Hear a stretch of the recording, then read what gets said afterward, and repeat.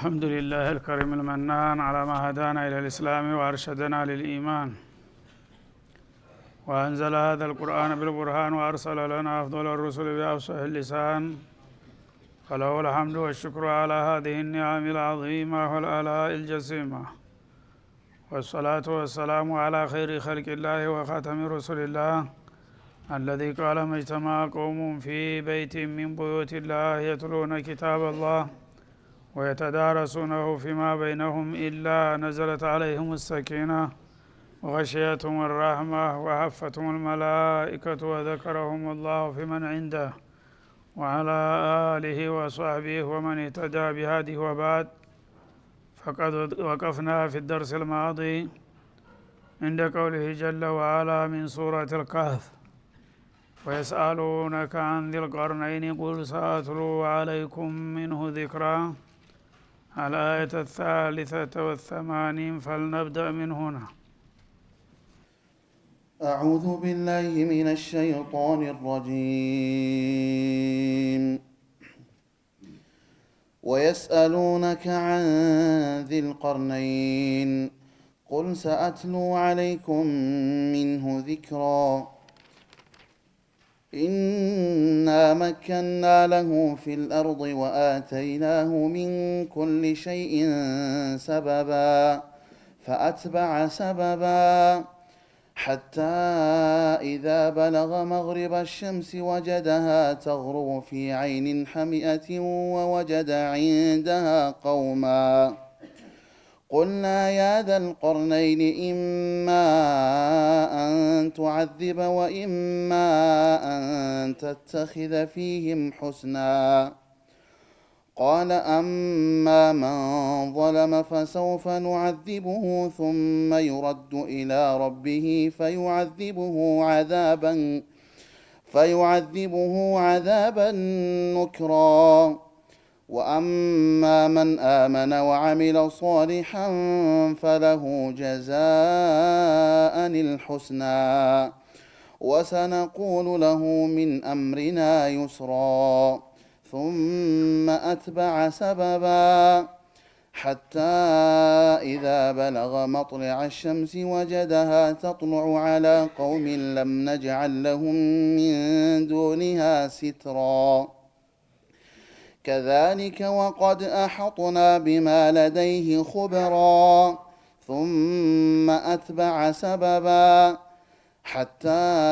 إذا بلغ بين السدين وجد من دونهما قوما لا يكادون يفقهون قولا قالوا يا ذا القرنين إن يأجوج ومأجوج مفسدون في الأرض فهل نجعل لك خرجا على أن تجعل بيننا وبينهم سدا قال ما مكني فيه ربي خير فأعينوني بقوة أجعل بينكم وبينهم ردما آتوني زبر الحديد حتى إذا ساوى بين الصدفين قال انفخوا حتى إذا جعله نارا قال آتوني أفرغ عليه قطرا فما استطاعوا أن يظهروه وما استطاعوا له نقبا قال هذا رحمة من ربي فإذا جاء وعد ربي جعله دكا وكان وعد ربي حقا وتركنا بعضهم يومئذ يموج في بعض ونفخ في الصور فجمعناهم جمعا وعرضنا جهنم يومئذ للكافرين عرضا الذين كانت أعينهم في غطاء عن ذكري وكانوا لا يستطيعون سمعا أفحسب الذين كفروا أن يتخذوا عبادي من دوني أولياء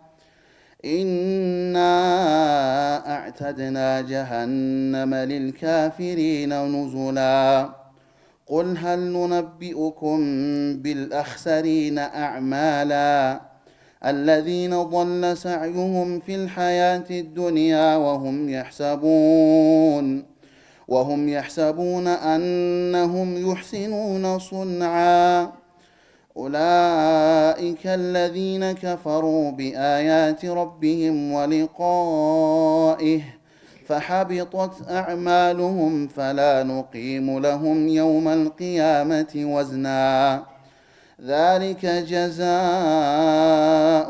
جهنم بما كفروا واتخذوا آياتي ورسلي هزوا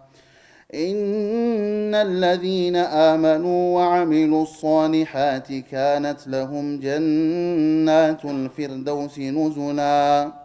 خالدين فيها لا يبغون عنها حولا قل لو كان البحر مدادا لكلمات ربي لنفد البحر قبل أن تنفد كلمات ربي ولو جئنا بمثله مددا قل إنما أنا بشر مثلكم يوحى إلي أنما إلهكم إله واحد فمن كان يرجو لقاء ربه فليعمل عملا صالحا ولا يشرك بعبادة ربه أحدا أعوذ بالله السميع العليم من الشيطان الرجيم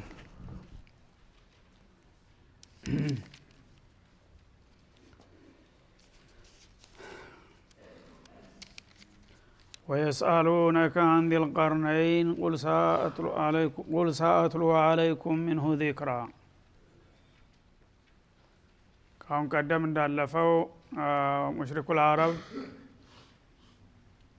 ነብዩና አለይሂ ሰላቱ ወሰለም ለመከራከር ራሳቸው ሲያዳግታቸው ከጎረቤት ሀገር ጥያቄ እየለመኑ ያመጡ ነበር ለራሳቸው ላይ ችግር ለመፍጠር ማለት ነው። እና ታውን ቀደም ያው ሱራው የተጠራችበት አስሐቡል ከህፍ የተባሉት ሰዎች እነዛ የወጣቶቹ ታሪክ አንዱ ከይሁዶች የተገኘ ጥያቄ ነበር ማለት ነው። ሁለተኛው ደግሞ ጥያቄ ይሄ ነበር ከነሱ ተውሰው ያመጡት።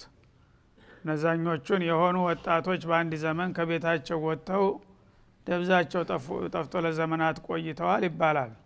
ስለዛ ነገር ምን ታውቃለህ ብለው ነው የጠየቋቸው። ያው አላህ ነገራቸውና መልሱን ሰጡ ማለት ነው።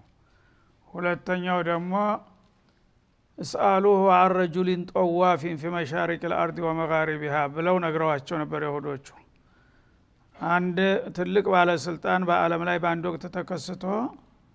ምድርን ዳር እስተ ዳር ቃኝቷታል። ከምዕራብ እስተ ምስራቅ ከደቡብ እስከ ሰሜን ድረስ ያለን ሁኔታ ሁሉ በሙሉ የተቆጣጠረ ሀያል የነበረ ንጉስ አለና ስለሱ ምን ታውቃለህ ብላችሁ ጠይቁት ብለው ነግረዋቸው ነበር።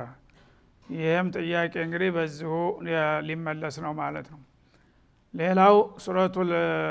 ኢስራእ ላይ ያለፈው ወይስአሉነከ አን الروح قل الروح من امر ربي የሚለውም የዚሁ ተጨማሪ አካል ነበረ ማለት ነው። ሩህ የሚባል ነገር በአካል ውስጥ አለ። ይሄ ሩህ የሚባል ነገር እንዴት ነው ሚስጥሩ አመጣጡ ከአካል ጋራ ያለው ተዋቅሮ በማለት ለዚህ ማብራሪያ እንዲሰጡ ጠይቀው ነበር። አላህ Subhanahu Wa Ta'ala ያው ለሁሉም መልስ ሰጣቸው ማለት ነው። እሳቸው ግን ያ ጥያቄ በቀረበላቸው ጊዜ በጌታቸው ከመተማመን የተነሳ አንዱንም መልሱን አያውቁትም ነበር። ግን እንዲህ አይነት ጥያቄ ሲመጣ ዝም እንደማይላቸው አውቀው ነገ እነግራቸዋለሁኝ ብለው ቀጠሮ ሰጡ። ኢንሻአላህ ማለትን ረሱ። በዛ ምክንያት የተወሰኑ ቀናቶች መልሱ ሳይመጣ ሲጉላሉ ቆይተው በጣም ከተጨነቁ በኋላ ያ መልሱ ዘግይቶም ቢሆን መጣ ማለት ነው። ወላ ተቁለነ ለሸይእን ኢኒ ፋኢሉን ذلك غدا الا ان يشاء الله በማለት እርምት ተደረገላቸው። አንተ ተኪስታ ወጣው ይመስል ነገ መጣችሁ ሰዱ የምትለው እንዴት ነው? እኔ መቼ እንደምልክልህ አታውቅምና አደብ እንድትይዝ ብዬ ነው ያዘገየሁብህ። ለማንኛውም መልሱ ይሄው ብሎ ሰጣቸው። ስለዚህ አሁን መካከለኛው ጥያቄ ይሄ ነው ማለት ነው። በአንድ ወቅት ዙልቀርነይን የሚባል ትልቅ ንጉስ ነበረ። እሱ ሰውዬ እንዴት ነበረ እንቅስቃሴውና ሚናው ብለው ጠየቋቸው ማለት ነው። ያኔ ወይስአሉነከ አን ዚልቀርነይን ዚልቀርነይን ስለሚባለው ንጉስ ይጠይቁሃል። ቁል ሰአትሉ አለይኩም ሚንሁ ዚክራ ስለሱ ጥያቄ መልስ ካስፈላጊ ከሆነ ከሱ ታሪክ ተግሳጥ አዘል የሆነን ታሪክ ነግራችሁ አነብላችኋለሁ በላቸው ይላል። እና የዚህ ሰውዬን ታሪክ እውነትማ የምትናፍቁ ከሆናችሁ እንደሱ ቅንነት ሊኖራችሁ ይገባልና የሱን ታሪክ እኔ አቀርብላችኋለሁ አነብላችኋለሁ ብለው እንደሚከተለው እስከ መጨረሻው ድረስ ሊገልጽላቸው ነው ማለት ነው። እና የዙልቀርነይን ማለት ማን ነው? የት ሀገር ላይ ነው የተነሳው? በማን ዘመን ነበር? በሚለው ዙሪያ የወትሮ ሰዎች ያው ታሪክን ስለማይጽፉ በአፈ ታሪክ ደረጃ ነው የሚያዘው። ነገሩ ተከስቷል፣ በአለም ላይ ያለ ነገር ነው። ግን ቢضبط የት ሀገር ነበረ የዙልቀርነይን የተነሳው? ዓለምንስ እንዴት ዳር እስተ ዳር ሊቆጣጠራት ቻለ? በሚለው ዙሪያ የተለያዩ የታሪክ ተንታኞች ሐሳብ ሰጥተዋል ማለት ነው። አላህ በአጠቃላይ መልኩ ነው የሚያስቀምጠው። ግድ የተወለደበት ቦታ ይሄ ነው የገሌ ልጅ ነው የሚለው ጥቅቅን ነገር ውስጥ አይገባም። አጠቃላይ ተልእኮውንና ሚናውን ነው የሚገልጸው ማለት ነው። ስለዚህ ሀገሩን በተመለከተ ከፊሎቹ ተግብጽ ሀገር ነው የተነሳው የሚል አቋም አላቸው። ስሙም እስከንደር ይባል ነበር። እስከንደርያ የሚባለውን ከተማ ራሱ የመሰረተው እሱ ነው ብለው ታሪኩን ከዛ ጋር ያዛምዱታል ማለት ነው። ሌሎቹ ዩናኒ ነው፣ ግሪክ ነበረ፣ የግሪክ ተወላጅ ነው እና እዛ እንደቆይቶ ግን የመጀመሪያ የስልጣኑን መስፋፋት ሲጀምር ወደ ግብጽ ወርዶ ግብጽንም የመጀመሪያ ከተማ አድርጓታልና እስከንደርያን የገነባው ለማለትም ይስማማል በማለት የትውልዱ ሀገር አስሊው የግሪክ እንደሆነና ግብጽም በቀኝ ግዛት እንደያዛት በመጀመሪያ ያመለክታል ማለት ነው። ሌላው የመናዊ ነው የሚል አለ። ዙሮ ዙሮ የአንድ አካባቢ ክልሎች ናቸው እነዚህ፣ ብዙ የሚራራቁ አይደሉም። እሱ የዚች አካባቢን ብቻ ሳይሆን የዓለም ንጉስ ሊሆን ነውና ሁሉንም ሊያካትተው ይችላል ማለት ነው። ስለዚህ ዙልቀርነይን የተባለ ሰውዬ ምንድን ነበረ? በማንነቱም እንደዚሁ የተለያየ ሐሳብ አለ። ነብይ ነው ወይስ አብደን ሷሊህ ነው ወይስ ንጉስ ነው በሚል የተለያዩ ሐሳቦች አሉ። ያው እኩሉ ነብይ ነው የሚለውን አመዝነዋል። ሌሎቹ አብደን ሷሊህ ነው የሚለው እና አብዛኛዎቹ የሚስማሙት ነብይ አልነበረም፣ ግን አላህ Subhanahu Wa Ta'ala ሙልሃም ያደረገው ሰው ነበረ። አላህ ዕውቀትን ሰጥቶት ልክ እንደ ነብይ በአላህ ፍቃድ ነበረ በምድር ላይ የሚገኙትን የሃይማኖት ሰዎች ሁሉ በማስተባበር ከሱ ጋር በማሰለፍ አላህ በሚወደው መንገድ መርቷታል ዓለምን በዛች በተወሰነ ሰዓት ማለት ነው። እና ዙልቀርነይን የተባለው ስለምንድን ነው ወደሚለው ሲመጣ ደግሞ እንደዚሁ የተለያየ ትርጉም ተሰጥቷል። አንዳንዶቹ ዙልቀርነይን ማለት የሁለት ክፍለ ዓለም ባለቤት የነበረ ንጉስ ለማለት ነው። እንግዲህ ዓለም ሁል ጊዜ ቁጥሩ በሁለት መልክ ነው የሚታየው። በምስራቅ አንድ ሀያል ይኖራል፣ በምዕራብ አንድ ሀያል ይኖራል። ይሄ ሁል ጊዜ የተለመደ ነው ማለት ነው። በሱ ጊዜ ግን ሁለቱንም ቀንዶች አካቶ ራሱ ገዛቸው ማለት ነው። ሁለት ንጉስ የሚባል ነገር አልነበረም በሱ ጊዜ። የዓለም ንጉሳን በሙሉ በሱ ስር ናቸው፣ በበላይነት እሱ ተቆጣጥሯቸዋልና ማለት ነው። ለዚህ ነው ዙልቀርነይን የተባለው ምስራቁን ከምዕራብ አዋህዶ የገዛ ለማለት። ሁለተኛው ዙልቀርነይን የተባለው ቀንድ ነበረው የሚሉ አሉ። እና ራሱ በግራና በቀኝ ጉጥ ጉጥ ያለ ቀንድ የመሰለ ነገር ነበረው። ያ እንደ ታምር ሆኖ ነው የዓለም ንጉሶች የፈሩትና የተንበረከኩለት። እና ይሄ ጌታ ገና ሲፈጥረው ያው ለሁሉ አውራ ብሎ የፈጠረው ነውና ቀንድ የሰጠው ለነገር ነው በሚል ሁሉም ፈሩትና ተንበረከኩለት ማለት ነው። ለይም ሌላም ያሉ አሉ። ስለዚህ የዚህን ሰውዬ ታሪክ ይጠይቁሃልና ባጭሩም ቢሆን ቁል ሰአትሉ አለይኩም ሚንሁ ዚክራ ከሱ ታሪክ ለሰው ልጆች አስተማሪ ተግሳጥ ያለው ነገር ስለሆነ እሱን እኔ ያነብላችኋለሁና አቀርብላችኋለሁ እንደሚከተለው በላቸው ይላል። ኢና መከና ለሁ ፊል አርዲ ወአተይናሁ ሚን ኩሊ ሸይን ሰበባ። ሌላው አጠያያቂው ዘመኑ በማን ዘመን ነበር የሚለው ነው። አንደኛው በነብዩላህ ኢብራሂም ዘመን ነበር የሚላል፣ ሌላው ከኢሳ ዘመን ላይ ነበር የሚላል በጣም በተራራቀ ጊዜ። ግን ሌሎቹ ሁለት ዙልቀርነይን በሚል ስም የተጠሩ ሁለት ንጉሶች ነበሩ በአለም። የመጀመሪያው በእብራሂም ዘመን ነበረ ሁለተኛው በኢሳ ዘመን ነው ተሳቸው ቀጥሎ ነው የመጣው የሚሉ አሉ ማለት ነው ስለዚህ ይሄ ሰውዬ በሁለቱም ዘመን ስልጣኔ ያለበት አይደለም ዓለምን በቀላሉ ማገናኘትና ዳርስተዳር መቆጣጠር የሚቻልበት ዘመን ላይ አልነበረም ማለት ነው ምስጥሩ ምንድነው አሁን ጊዜ እንኳን ያው በቴክኖሎጂ ሰው ማጥቆ ዓለምን በእንግዲህ 280 የሚሆኑ ንጉሳን ተቀራምተው እነሱም ሊመሩና ሊያስተዳድሩ አልቻሉም ወጥንቅጡ እየወጣ ነው ማለት ነው ይሄ ሰውዬ በኋላ ቀር ዘመን በዛ ወቅት ስልጣኔ በሌለበት መገናኛ በሌለበት እንዴት ይሄን ሁሉ ዓለም ሊገዛውና ሊቆጣጠረው ቻለ ወደሚለው ሲመጣ ሚስጥሩን ሲጠቁም ባጭሩ ምን አለ እና መከና له في الارض واتيناه من كل شيء سببا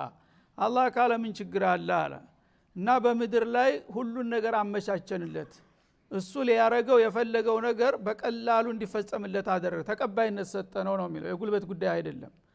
እና በግርማው ነው በቃ የሚገዛው ዙልቀርነይን መጣ ሲባል ምን ልታዘዝ ነው የሚለው ሁሉም እንጂ የሚዋጋ የሚቃወምም አልነበረም ማለት ነው እንደገና የማጓጓዣ የመገናኛ የመሳሪያን ስልትና ዘዴን ደግሞ አላህ ሰክሮለታል ሁሉ ነገር እንደፈለገው ያሰበው ሁሉ ይሆንለት ነበር ማለት ነው እና ሰው በተሰጦ እንግዲህ ተሰጦ ሲኖረው ሁሉ ነገር ይሰምርለታል እና መከና له في الارض በመሬት ላይ አመቻቸንለት መሬትን እንዳግዛ ብለን ነው የፈጠርነውና በዛ መሰረት በሰው አቅም ሊሳካ የማይችለው ነገር ሁሉ እኛ ደለደልንለት አመቻቸንለት በዛ መልኩ ሁሉም ነገር አደረገው ማለት ነው ወአተይናው ሚን ኩሊ ሸይን ሰበባ ከማንኛውም ነገር ለባለስልጣን የሚያስፈልግ የተባለ ነገር ሁሉ መንገዱን መራ ነው ለስልጣኑ ስምረት የሚበጀውንና የሚጠቅመውን ነገር ሁሉ እኛ አሳካንለትና አስተካከልንለት ይሄን ካደረገልኝ ማን የምችላለው እንኳን እሱ ማለት ነው ካለክ እንዲያለው ቀርቶ አላህ ሁሉን ነገር ታመቻቸልህ ምን ችግር አለው እንዴት ይሆናል የሚባል ነገር የለም እነላህ አላ ኩሊ ሸይን ቀዲር ነውና ሌሎቹ ግን በመጨፍጨፍ እንግዲህ ይሆን እየመሰላቸው የዓለምን በየጊዜው የሚያምሱ አሉ አላህ ሲሰጥ ግን እንደዚህ ያመቻችለታል ማለት ነው ምን ኩሊ ሸይን ይሪዱሁ الملوك ንጉሶች እንዲገኝላቸው እንዲሟላላቸው የሚፈልጉት ነገር ሁሉ ማንኛውም ነገር ሰተነዋል አላህ ይሄ ከሆነ ምን ችግር አለ አላህ ተሰጠ የሚከለክል ነገር ስለሌለ ማለት ነው فاتبع سببا አለ ከዛ እንግዲህ የሁሉን ነገር መንገድ የሁሉን ዘዴ የሁሉን ነገር ሲስተም አሳውቀነዋልና ያንን እኛ የከፈትንለትን መንገድና ዘዴ ተጠቅሞ እንቅስቃሴውን ጀመረ አላህ Subhanahu Wa Ta'ala ሰበብ ማለት ጦሪቅ ማለት ነው ጦሪቅ ለኩል ሸይ ማናዊም ይሁን ማዲይም ይሁን የገንዘብም ይሁን የፖለቲካም ይሁን የወታደራዊ ዘዴም ሁሉን ነገር በቃ እንደፈለገ አደረግነው ማለት ነው አላህ እንግዲህ አቅል ሰጠው እንደገና ደግሞ በሰው ዘንዳ ተቀባይነት ተሰሚነትን አላህ ሰጠው ማለት ነው እናሱ እንደዛ አድርግ ካለው ለምን የሚል ሰው የለም ሁሉ መቀበል የዓለም ንጉሳን ነበሩ በዛም ዘመን ሁላቸውም ግን ድመት ሆኑ ሲመጣ ማለት ነው እና በዛ መልክ ሁሉም ተባባሪና የሱ ደጋፊ በመሆን እሱ ደግሞ የአመራር ችሎታ በመቻሉ ማለት ነው እንግዲህ አንድ ሰው በአምባገነንነት ተነስቶ በጉልበት ሁሉንም ሊያይል ይችላል ግን የማስተዳደር ተሰጥቶ ከሌለው ደግሞ ዋጋ የለውም ማለት ነው እሱ ግን ሁሉን አላህ የሰጠው ጉልበቱንም ገንዘቡንም ዕውቀቱንም በሰው ዘንድ ያለ ተቀባይና ታማኝነትንም ሁሉን ነገር አመቻችተንለት ነበር ይላል hatta اذا بلغ مغرب الشمس እና ከመካከለኛው ዓለም ነው እንግዲህ የተነሳው ግሪካዊ የሚባል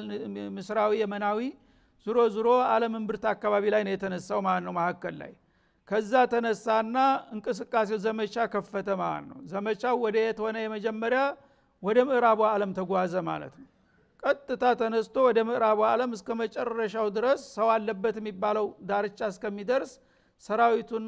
ከተት አውጆ ቀጠለ ጉዞውን ማለት ነው hatta اذا بلغ مغرب الشمس እና የፀሐይ መግቢያ አካባቢ የሚባለው ላይ ሲደርስ ይላል እንግዲህ መሬት እንደሚታወቀው አብዛኛው በባህር ነው የተሸፈነው የብሶቹ የተወሰኑ ቦታዎች ናቸው እነዚህ ባህሮቹን ራሱ በዛ ጊዜ ረቡላን የለ መርከብ ትልልቅ መርከብ የለ በሺ የሚቆጠር ወታደርና መሳሪያ የሚጫንበት እንዴት ነው የሁሉ ዓለም ተጉዞ ሄደ ያአላህ አተይናው ሚን ኩሊ ሸይን ሰበባ አለ በሆነ ዘዴ በቃ ለማድረግ የፈለገውን ነገር አላህ ይሰክርለታል በዛ ወዳውኑ ምዕራብ ዳርቻ ላይ ደረሰ ይላል እና ባህራል ሙሂጥ የሚባለውን አቋርጦ መጨረሻ ሰው የሌለበት ጫፍ ላይ ደረሰ እዛ ላይ በሚደርስ ጊዜ ፊት ለፊት የሚታየው የባህሩ ጫፍ ነው ከዛ በኋላ የብስ እንደሌለ ነው ማለት ነው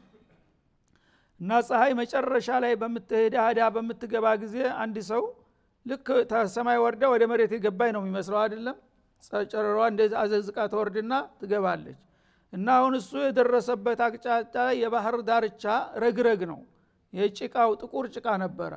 በዛ ጭቃ ላይ የገባች መስላ አስተምትታየው ድረስ ቀረበ ዳር ላይ ማለት ነው ከዛ በኋላ ከዛ ሰው እንደሌለ አወቀና ከዚህ በኋላ ከንቱ ዘመቻ እናደርግ መመለስ አለብን ብሎ እንደገና ፊቱን ወደ ምስራቅ ሊያዞር ነው ማለት ነው እንግዲህ በዛ ሁሉ ጉዞ የሚያገኛቸውን የሰው ልጆች ሁሉ እያስገበረና እየተቆጣጠረ ሰራዊታቸውን እሱ ጋራ እያስተባበረ ይዞ ነው የተጓዘው ማለት ነው እዛ ፀሐይ መጨረሻ ረግረጉ የገባች እስከምትመስለው ድረስ ከደረሰና የዘመቻውን ዳር ታደረሰው በኋላ የሆኑ ሰዎች አገኘ መጨረሻ ጫፍ ላይ ማለት ነው hatta اذا بلغ مغرب الشمس ፀሐይ መጥለቂያ አካባቢ ላይ በሚደርስ ጊዜ ወጀዳ ተغرو في عين حامئات ጥቁር በሆነ ጭቃ ረግረግ ጭቃ ላይ የምትገባ መስላ ታየችው ማለት ነው የባህሩ ዳርቻ እንግዲህ ረግረግ አለው ጭቃ በዛ ጭቃ የምትገባ ትመስላለች እንጂ የሰማይ ጫፍ አልደረሰም ማለት ነው ለሱይታ ማንኛውም ሰው ዝቦታ ቆሞ በሚያይ ጊዜ በመራብ አካባቢ ፀሐይ ወደ መሬት የገባ ይመስሎ ይታየዋል እሱም በባህሩ ዳርቻ ላይ በርቀት ሲያያት በረግረጉ ላይ የገባች እስከምትመስለው ድረስ ቀርቦ ነበር ዳር ነው የሚለው እንጂ በሐቂቃ የምድር ጫፍ ደረሰ ማለት አይደለም እና ፊአን የተغرب في عين حامئات በጣም ሞቃት በሆነ ረግረጋማ ቦታ አካባቢው ውሃ ያጠቀዋል ጭቃው በጣም የማይደርቅ ነው ጥቁር ጭቃ አለ በዛ በጥቁር ጭቃ በረግረጉ ላይ የምትገባ መስላ እስከምትታየው ድረስ ቀረበ ነው የሚለው ወወጀደ عندها قوما እዛ መጨረሻ ጫፍ ላይ ታዲያ የሆኑ ሰዎች አገኘ የሰው ዘር መቼም ያልሄደበት የለምና ማለት ነው በሚያገኛቸው ጊዜ እነዚህ ሰዎች ካፊሮች ናቸው ስለ ሃይማኖት ምንም አልደረሳቸውም እስካሁን ድረስ ማለት ነው እንዲሁ እንደተፈጠሩ ዝም ብለው እንደ ከብት ይበላሉ ይተኛሉ ይራባሉ ጌታ ምን እንደሚባል ነገር አያውቁም ስለ ሃይማኖት አያውቁም ማለት ነው ካፊሮች ናቸው እሱ ዋናው ተልኮው ፖለቲካ ብቻ ሳይሆን ዳዕዋ ነው አላህ ረጁላን ሳሊህ አድርጎታል ልክ እንደ ነብይ በሄደበት ህዝቦችን በእስላም ላይ ያስተባበረ እስላምን እንዲቀበሉ ነው ዋና ተልኮው ማለት ነው እዛ በሚደርስ ጊዜ አላህ Subhanahu Wa Ta'ala እንጭጫሉ ካፊሮች ጋር ሲደርስ ምን አለው የሚከተለውን መመሪያ ሰጠው ማለት ነው መመሪያው እንደሰጠው ይሄው አላህ Subhanahu Wa Ta'ala ነብይ ነበረ የሚሉት ይሄን እንደ ማስረጃ ይቆጥሩታል ማለት ነው ሌሎቹ ደግሞ አህለል ኸይሮችን ሷሊሆችን ይዞ ነበረ አማካሪነት በነዛ በአማካሪዎቹ ውስጥ ነብይ ሊኖር ይችላል ብለውም የተረጎሙ አሉ ማለት ነው ቁልና ያደል ቀርነይን እዛ እንደደረሰ አንተ አባቀንዱ ሆይ ተባለ ኢማ አንተ አذበ ወኢማ አንተ ተተኺዘ ፊህም ሁስና እነዛውን የደረስክባቸው አካባቢ ላይ የሚገኙ ሰዎች በጣም የጠናባቸው ካፊሮች ናቸው ስለ እምነት ምንም ግንዛቤ የላቸውም ስለዚህ ሁለት አማራጭ ሰጥቻለሁ አለ አላህ አንደኛ በዚህ በእምነታችን ገረን እንቀጥላለን የሚሉ ከሆነ ረሽ ናቸው እነዚህ ሰዎች እንዲኖሩ አልፈልግም ብሎ ፍቃድ ሰጠ ማለት ነው ብትፈልግ አንተ እነዚህ ሰዎች በቀላሉ አያምኑም እምትል ከሆነ በዚህ ዘመቻ እነሱን የፈለከውን እርምጃ መውሰድ ትችላለህ ወይም ደግሞ መልካም ልትሉላቸውም ትችላለህ ምርጫውን ላንተ ትችላለህ አለው አላህ Subhanahu Wa Ta'ala እና ምንድነው አንደኛ በቀላሉ አንተ ጊዜ እንዳያባክኑብህ የኔን እምነት ተቀበላላችሁና እኔ ጋር ተተባበራላችሁ ብለ ጠይቃቸው አይኛ የአባቶቻችንን ክህደቱን የለመድነውን ኩፍር እንጂ ከዚህ ውጭ አንሄድም ካሉ ረሽ ናቸው ማለት ነው አይ እንቀበላለን አንተ እንከተላለን ታሉ ደግሞ ያው አስረዳቸው እምነት እንዴት እንደሆነ ስለ ጌታ ያላቸውን ግንዛቤ እንዳሻሽሉ መልካም ዋልላቸው በማለት ምርጫ ሰጠው አላህ ምን ያህል እንደሚያከብረው ነው የሚያሳየው ማለት ነው እንደፈልክ በቃ የሰው ልጆችን እንደ ንብረት አስረከበው ማለት ነው ብትፈልግ ያው የሚያምኑ መሆናቸውን አዝማሚያውን ካየህ አስተምራቸውና በይቅርታ ለፋቸው ከፈለክ ደግሞ ረሽናቸው እነዚህ ኩፋሮች ናቸውና ያስፈልጉም ብሎ አላህ ስልጣን ሰጠው ማለት ነው ያነ እንግዲህ ሰውየው ብልህና አርቆ አስተዋይ ከመሆኑ የተነሳ እንደገና ደግሞ እንደ ጉልበቱ አምባገነን ሳይሆን ደግ ሰው እንደነበረ የሚጠቁም መልስ ሰጠ ማለት ነው አላህ ያን ስልጣን ሲሰጠው ምን አለ ባለስልጣን እንዲህ አይነት እድል ተሰጥቶት መጨፍጨፍ ነበር የሚመርጠው እሱ ግን ቃለ አማ መን ظلم فسوف نعذبه አለ አይ እንግዲህ ይሄን ስልጣን ጌታዬ ተሰጠኝ እኔ እነዚህን ሰዎች በተቻለ መጠን ወደ ኸይር እንዲመጡ ነው የምጥረው እና እኔ ያቀረብኩላቸውን የተውሂድ ግብዣ አንቀበልም አሻፈረኝ ብለው በዚህ በዙልማቸው ላይ እንቀጥላለን ካሉ እነ ሽርከ ለዙልሙን ዐዚም እንደተባለው በዙልም ላይ ይቀጥላል የሚል ካለ በተሰጠን ስልጣን ተጠቅመን እንቀጣቸዋለን አለ ማስጠንቀቂያ ሰጠ ማለት ነው እና እንግዲህ ጌታዬ ይሄንን እድል ሰጥቶኛል ብትፈልግ አጥፋቸው ብትፈልግ ማራቸው ብሎኛል ምን ይመስላችኋል ሰማይ መሬትን ሁላችንንም የፈጠረ ጌታ አላህ ነው እሱን ትቀበላላችሁ ወይስ እምቢ ካላችሁ ውጤቱ ይሄ ነው እኔ ረሽናችኋለሁኝ እሺ ካላችሁና ከተባበራችሁ ደግሞ እኔ ጋር ያው ወገን ትሆናላችሁ ብሎ አቀረበላቸው ያኔ ሰዎቹ የመቀበል አዝማም የሚያሳዩ ማለት ነው ያኔ ለማግባባት ጫና ለማድረግ ምን አለ አማ መን ظلم ካሁን በኋላ በዚህ በዙልም በተሳሳተ እምነት ላይ በኩፍር ላይ ይቀጥላል የሚል ካለ فسوف نعذبه እንደምንቀጣው ነው ይሄን ይወቃል ቅጣቱን እንገላቸዋለን አላለም ጥቅል አረገው ዝም ብሎ እርምጃ ይወሰድባቸዋል በሚል ለማስፈራራት ብቻ ዛተባቸው ማለት ነው እና እኛ ልንቀጣው እንችላለን ምክንያቱም በኩፍርና በሽርክ ላይ ታውን በኋላ መቀጠል አይፈቀድላችሁም አቋማችሁን የምታስተካክሉ ከሆነ መልካም አልበለዛ ያው መቀጫ እንደሚመጣባችሁ ነው ብሎ አስጠነቀቃቸው ثم يرد الى ربه فيعذبه عذابا نكرا እኛ በዱንያ ነው መቅጣት የምንችለው አለ ያው የዱንያ ባለስልጣን ሰውን ሊቀጣ የሚችለው በህይወት ውስጥ አለ ድረስ ነው እና እናንተ ዙልም ግን በዚህ በሽርክ ላይ እና በኩፍር ላይ እንቀጥላለን ካላችሁ የኔ ቅጣት ብቻ ሳይበቃ የኔ መዳረሻ ተሆንና በመጨረሻ ዋናው ቅጣት ደግሞ በጌታ ዘንድ ይመጣላችኋል በጣም ከባድና ሰቅጣጭ የሆነ ቅጣት በጌታችሁ ዘንድ እንደሚጠብቃችሁ ነው በማለት በተርሂብና በተርሂብ አግባባቸው ወደ እምነት እንዲመጡ ማለት ነው እና የዱንያ ቅጣት ነው እንግዲህ መግደል ነው ግፋቢል የመጨረሻው ከዛ በኋላ ልቅጣቢል አይችልም አንድ ሰው ማለት ነው አላህ ግን Subhanahu Wa Ta'ala ከሞት በኋላ አንስቶ እንደገና ጀሃነም ጨምሮ ለዘላለም ሊያቃጥለው እንደሚችልም ነገራቸው ማለት ነው በዚህ መልክ እንግዲህ ወደ እምነቱ እንዲመጡ ግፊት አደረገ ወደ እምነቱ ከመጡ ደግሞ ምን አይነት መልካም ውጤት እንደሚያገኙ ለማግባባት ወአማ ምን አመነ አለ ያመነ طيب وهذا وصلى الله وسلم على النبي ቀጣውን በሚቀጥለው እንመለሳለን